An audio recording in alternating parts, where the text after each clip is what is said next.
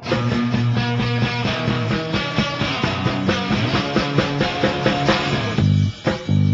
right, welcome everyone to the Avid Podcast. My name is Jim Ans, General Manager of Avid. With me, Hugh Hughes. Hello. John Zabel. Hey, everybody. This is the first Avid Podcast. We're here to help you cut through the noise about home and business technology. There's plenty of bloggers, plenty of websites out there that'll give an opinion on almost everything. We're here to bring you more than 60 years of collective experience to help you cut through the chatter and make better decisions about what you put into your home or place of business, as well as get the most enjoyment out of them. So, guys, if I were to ask you what's the number one question you get when you're at kids' soccer game, a barbecue, any event, when someone finds out what you do for a living, what would that be? It happens all the time. No matter where I go, everybody's always asking what the newest, latest TV is. And so people want to know what the best television is to buy. Size and features and all that. Or what they need to know when they go shopping for it, right? Right. Because there's so much information. What size should I get? When is the TV too big? Things along that line, right? How do I pick out the right size? Well, I think that's a great place to start. So I think a lot of the time, the first question I get is, how big of a TV should I get, right? There's everything from 24 or 32 inches all the way up to 152-inch plasmas. Right, so and formats. Formats, right. So LED, plasma, etc. But as far as screen size, how do you figure out what's the right screen size to have? Yeah, going back in time, when TVs were all small, it was an easy conversation. Your couch was in one place and your TV was a 25 or a 26, and that's as big as it got, and that's what you bought. But as panels get bigger and you start doing more things on the custom audio side and you hang them up, there's all these relationships to where the TV is and where your favorite spot is on the couch. So it's about the distance between where you're going to be when you're watching it most of the time and where the actual TV is. Yeah, really. And then, it goes back to what you're comfortable with. And there's a lot of people that think, well, a 42 inch is plenty for me. But really, they could be watching a 46 or even up to a 60 now, based on how far away their couch is from their TV. Where do you sit in the movie theater? Are you one of those guys that sit way in the back, or do you sit in the front row? It's all personal preference. It's predicated on budget also, right? The bigger you can buy, that's the one I'd buy. I'd buy the biggest I could afford, to be honest with you. It's all about what is the right solution, right? So what's the right size, do we think?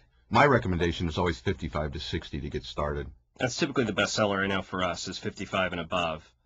What else do we need to talk about? What are the other big questions we get? The one that I get the most of, what's the difference between plasma, LCD, and LED? First of all, what do those terms mean? Yeah, that's right. So, tube TVs, right? We were all comfortable with tube TVs for a really long time. And my dad's still comfortable with his tube TV, as a matter of fact. Big boxes. Yeah, right. I think it's the old, if it's heavier, it's better mentality. Right, buying TVs by the pound. Exactly. Yeah, right. So those those are CRTs, right? So cathode ray tubes, and those TVs have pretty much all been eliminated when everything went digital. Now there's still some out there, and they still do work on some cable systems, but now you're getting into these little ultra thin, sleek LED panels. That's like an LCD version. It started with LCD and it went to LED. But what happens is it gives you the capability of a smaller panel that's hanging on your wall, so it's not so obtrusive in your room where you don't have this giant picture frame hanging on your wall. So the bezels got smaller, and it gave you the capability of wider panels that aren't quite as heavy. And now you start picking up things like contrast ratio and features and benefits that make those old tube TVs look horrible compared to what's going on now. They use a lot less energy these days, obviously. Right. Then you've got LCD, right, which was the next, which is liquid crystal display, and those are a little bit thinner, a little bit brighter, right, tend to be. And then you had LED, which really made a splash in the last 3 years or so, right? So the TVs got thinner and more aesthetically pleasing. So what are the advantages of each, right? All of them have pluses and minuses. It depends what you're looking to do. Right. So if we start with plasma, what are people looking for when a plasma fits their needs? Yeah, well, what happens is, remember some of the first thinner panels that came out were plasma-based. And so that took the industry by storm. And what everybody liked about the plasma was the black levels, right? The black and the white levels. And you really can't duplicate in a lot of panels. I mean, the technology's catching up now, but initially you couldn't duplicate the black and white levels, which everybody was used to. Plus, it also looked a little bit more like a piece of glass, which we were all used to for a long time. Right. The CRT, the tube TV was something that we were all very comfortable with, and when plasma came out, it had that look and feel to it. And let's face it, when plasma was in its heyday, and when it first came out, it took the industry by storm because there were no real thin panels to hang on a wall at the time. So the guys that got into plasma early are still talking about plasma now. And if you had a plasma before and then you've upgraded 2 or 3 times since then, chances are you're still looking at plasma TVs. And I find a lot of the time it's cinemaphiles too, right? Someone who's looking for the true movie experience in their home. You know, the contrast ratio, the true blacks, the refresh rate that they're looking for. But what about LCD? So when when plasma first ran its course and it's out and everybody likes it, LCD came along and it really started to replace the tube TVs to the masses, right? So it was a thinner panel. It wasn't as thin as they are now. It was 4 or 6 inches thick, but boy, we couldn't believe how thin that was, 4 or 6 inches at the time. And boy, it gave you the color gamut maybe that you weren't used to on a CRT TV. It gave you the capability of seeing new colors and new images on viewing angles that were better than most of the TVs because the other tube TVs were so reflective. You couldn't get off angle. So LCD came out and it was revolutionary. And then LED just kind of replaced that with the same type of technology, but it got thinner and sleeker and better color capabilities. So I hear a lot of questions. People are saying, well, I really watch a lot of sports or I play a lot of video games, so I hear that LED and LCD are the right choice for me rather than plasma. Is that true? Not necessarily. I don't think that maybe one format's any better than the other as far as video games. I mean, there was a concern when video games first came out that there was that you didn't want a CRT or a plasma because there was burn-in, and that was true. There was stagnant backgrounds and images that gave you the capability of burning into the panel. A lot of those games have been fixed by now. But it's all about how fast the image is moving and how fast the image is moving across the screen and whether your TV has a refresh rate that's going to keep up with that or not. So there are plasma TVs that have high refresh rates just as much as LED or LCD. So again, I mean, it's not like, well, okay, I'm a gamer, I have to have plasma, or okay, I'm a gamer, I have to have LED. Either one of them right now is a viable format for just about everything that you're doing. So speaking of refresh rates, what about hertz? Right, so there's 120, 240. You've got plasmas that are claiming they're 600, they're 800, they're 1,000,000. It's so fast you can't even tell what's going on. Is there really a difference? And if there is, when does it matter? Yeah, well, you start at 60. And what that is just how fast the image is being processed. I mean, just what can you see on the screen and whether the technology in the panel is keeping up with the image that you're trying to watch. So it would be a smooth image instead of seeing perhaps some jerkiness in motion. Sure, right. So, I mean, fast moving. Fast moving, yeah. Racing, football, anything. Train going by, right. sports A event. lot of action. Yeah. Right, and when panels first came out, we saw that kind of thing. We watch a NASCAR race or we watch something that goes fast, a fast-paced movie. So what happens is we were happy with that. And then all of a sudden the technology came out where they doubled that refresh rate and they went to 120 hertz. And we saw things that we didn't see before. And we realized that the 60 hertz panel were artifacting. I mean, it was almost breaking up as the car went across the screen or the airplane took off over your head. And so 120 hertz was the standard for that. So if you're a guy that likes to watch a lot of sports or your household, I mean, you watch a lot of hockey on TV or if you watch car racing, then you really need to get up into the next level, which is at least minimum 120 hertz. There's versions of that now that are out that are 240, and it's basically doubling that refresh rate. Is it twice as good? Well, it's better. But, a lot of people can't see the difference to make it twice as good. But what happens is it's like any other thing. If you're going to go invest money in a large panel TV, then you want the best technology that's available.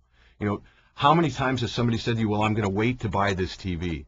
I'm going to wait for the next one to come out. Well, if you wait for the next one to come out, you're never going to have one. You'll be waiting in 18-month increments for the rest of your life. Exactly. So you got to try to make the best decision for yourself right now. So we talked about screen size, and you say, okay, how big of a screen can I get in my house? And then you say, once I figured out how big of a screen I need, now you got to figure out what your format is, whether it's plasma or LCD. And then once you decide on that, then you start talking about the features and benefits of those TVs that are going to fit your lifestyle based on your budget. So one question I get a lot is, okay, my TV it's for the bedroom, and it's going to be 42 inches. Does it still matter if I still watch action and movies with a lot of movement or TV shows, sporting events? Does it matter if I go 120, 240 at that screen size? Or, like you said, does it really matter once you go in a bigger format? See, what happens is you see it more on a bigger format. But, you got to ask yourself, when you start talking about secondary locations in your house, a bedroom is a secondary location. It's not your primary viewing TV, so you can sacrifice a little bit. I always tell my customers that you can spend the most money on your primary TV, and then you can save a little bit of money on the secondary. I mean, let's face it, it's not a lot of critical viewing in the bedroom at night before you go to sleep watching The Tonight Show or whatever. if you're a person that spends a lot of time in your bedroom and because the kids take over the house and you have to go hide in your bedroom with your wife, then that becomes your primary source. But as the screen sizes get smaller, that critical viewing doesn't become as critical. All right, producer Lele in the booth is giving me a signal, and it looks like we have a tweet request for a question at the. It's not my mom. My mom can't tweet. She can't. Yeah, it's not my father either. He'd actually Right. print out the tweet and then call me and read it to me. But the question is, does it matter the refresh rate when it comes to 3D? And 3D is something we'll talk about in a minute because it's a good topic. But does it matter 120 versus 240? So yeah, I mean, you know, the 3D thing, and let's go right into 3D. I mean, because it all kind of relates anyway. So, you know, 3D came out and it was a big splash, and it's not the 3D from when you were a kid and you put on the green and red glasses and you went to the theater and it was blur vision, right? So it's not the same 3D anymore, and it's an experience now that a lot of the movie houses and factories and manufacturers are supporting. It's just another experience. And you may say to yourself, listen, I'm never going to watch a TV with those crazy glasses on. But the reality of it is the better panels that we have right now are coming with the 3D technology in it, so why not have it? It's future-proof. It's exactly right. It's future-proof. So getting back to it, so you got to start asking yourself, what's the best 3D experience that I'm going to get from this panel? So, you know, you say to yourself, well, they all have 3D, and some of them do this and some of them do that, but you got to stay with a refresh rate that's at least 240 hertz. And also the screen size comes into play, right? Because Exactly. in order to get a true 3D experience, it has to be in your field of vision, the entire panel. And that's my understanding. So you shouldn't be looking to have a great 3D experience if you're 15 feet away from the panel with a 42-inch panel. It needs to be a larger panel to trick your eyes into Right, seeing. and the manufacturers are making 3D capable panels that are down into the 40-inch size. But let's face it, the industry right now, and our recommendations to our customers are that you have to get as large a panel as you can to get the full 3D experience. Well, I think there's a lot of 3D content available today, right? We all saw Avatar in 3D, which was an amazing experience. To John's point, right, it's not the blur vision of old. It's a very good experience. ESPN's dedicated a channel to it. The Super Bowl was in 3D. World Cup? The World Cup, the World Cup. So there's a lot of high-quality content coming down the pike that's available in 3D. I think it's very exciting. So it's not a question of if, it's a question of when. Right. Well, so right. again, future-proof your purchase, right? Make sure it's 3D ready. When it first came out, you know, it became a chicken and the egg thing. Well, we're not going to deliver that many TVs that are 3D capable because there's not enough software. And people are saying, well, I'm not buying a 3D TV until there's enough software. And the software guy said, well, I'm not making software until there's enough TVs sold. Right. And so they all got together and they said, listen, let's start doing this. And really, Cameron and Avatar really set the whole thing off. And so do you need it? Yeah, you should have it. I mean, if this is going to be your TV for the next several years and you want the best possible TV, then you should do that. I mean, it all relates to what's going on right now with connectivity. I mean, we should talk about that. And that's a good topic. So the TVs that are out there today, regardless of what manufacturer, it's almost like buying a computer, right? So I can not only watch my favorite sports, my favorite team, so I'll go home and watch the Kings, right, on my plasma. And then it's, all right, now I can watch 3D, but now I can also check my Facebook, update my Twitter, browse the web. I can access my email. I can connect to multiple, play music, stream music live. I can check my Pandora account, like John was saying. I can go in and rent a movie, right, from Netflix. So, what does this all mean, right? What has the purpose of the TV changed? Right? Has it gone from just something that displays pictures to something that's more of a centerpiece of the home? And then, are these tools useful? Well, that's it. I mean, from my perspective, you know, the TV companies tried to get us to start using our panels as photo viewers years ago when they put, you know, SD card slots in them. And they all thought that we were going to take these things out of our cameras and put them right into our TVs. Nothing's more convenient than crawling behind your TV with a memory stick, by the way. Right. And again, my mom's not going to ever do that, Exactly. right? And so, you know, she's my favorite customer. I always relate things to my mom and whether she's going to understand this or not. And that's how I have to talk to somebody. If I'm talking to my mom, I have to change the way that I speak about it. So there are a lot of connectivity questions and smart TV questions and interactive TV questions, and I get a lot of that right now. And really what happens is it's coming down to the point where this is the center of your room, and this is where everybody congregates. And and people all get together and watch your best TV. And so why not have that TV be a smart TV? And we should talk about smart TV and what are all the things that they're putting on smart TV. And, you know, they call them widgets. So what do you do with all these widgets, and what exactly is that? Well, one important thing I think to stress to people is that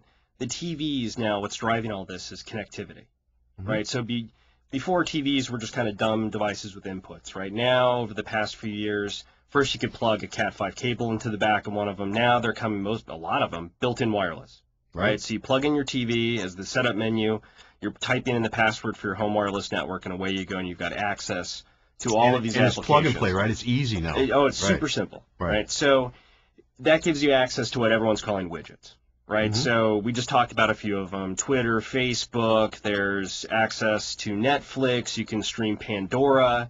Are all the TV companies pretty much creating access to all of the same widgets, so to speak? Is there any difference between the manufacturers, or is it really you're getting access to the internet and the applications you use across the board? Yeah, that's it. You know, it's becoming your home PC almost. You know, I mean, you can do a lot of things on your TV now that, you know, historically you could only do on your PC.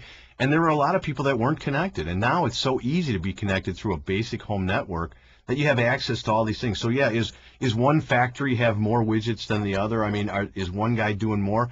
Not necessarily. I mean, you know, they all have access to Pandora type apps, and they all have access to Netflix now, where you don't need to go to the store anymore and get that little shiny disc and bring it home. You can actually just download your movie right from home. So they're making it easier and easier to get access to all this information and to make your life simple. I mean, that's what the factories are talking about with widgets and apps and connectivity, where you sit down in front of your TV and with a touch of an icon or moving your mouse or your remote control, you know, you can access all the things that normally you had to go to your PC and watch on a 10-inch screen. All right, so I want to tie this back to one of the questions we asked ourselves at the beginning of our conversation, which is, when's the right time to buy, right? So I get plenty of people after I go through this long conversation, much like we've just gone through here, where you get someone just about the right amount of information to make a decision. And then it's, well, I hear that in 6 months, the new TV's coming out. I think I should wait. What do you think? So what's your answer? There's a great way to answer that. The answer is, well, what are you waiting for? Number one, right? So, and what I always tell people is, get the best technology that you can get today, and when that new technology panel comes out, make that one become your secondary source, right? We all have, you know, years ago you'd say, well, okay, I only have one source, and you have a really small TV in your kid's room, or a small TV in the workout room, or a small TV in the bedroom. But now those small TVs are becoming bigger and bigger because they're more affordable. Right. So we couldn't believe that we would put a 42-inch TV in our bedroom. Now that's the norm. So if you buy this panel and some new crazy technology comes out in a year or 2 years, go ahead and upgrade that TV. I mean, if you wait, you'll never have the experience. You're going to be constantly waiting. And that's the problem. And so I always tell people, listen, you know what? If you're thinking about buying a new TV, then go buy the new TV. You're going to be happy with it between now and the time that you're ready to upgrade anyway. Very true. So just to recap all the topics we've covered, when you're looking for a television as far as screen size, if you're looking for the living room and you're around 8 to 10 feet away, we suggest at least a 55-inch panel. 60 is recommended if it fits into your budget. As far as plasma or LED, it's really personal preference. If you're looking for cinema-grade quality, you should be looking for a plasma for those true blacks. If you're more into sports and you're looking for a brighter picture, LED is the way to go. Widgets are pretty much built into all the TVs, so you feel free to select a model that has those. 3D is pretty much standard with any screen size over 55 inches. Internet connectivity is also fairly standard, whether it's plug into the back or most of the models have Wi-Fi built in. And when is the right time to buy? Pretty much any time is the right time to buy. Just make sure that you're getting all the functions that you're looking for in the TV that you purchase, so you're future-proofing your solution. I want to thank everyone for listening to our first podcast, the Avid Podcast. 24 locations across North America, helping build the solutions that make your lives better and more enjoyable. So thank you for listening. Thank you. So if you have any questions about the topic that we covered in today's podcast, or if you have any suggestions on what you'd like us to cover in future podcasts, please email us at podcast@avid.com. That's podcast@avad.com.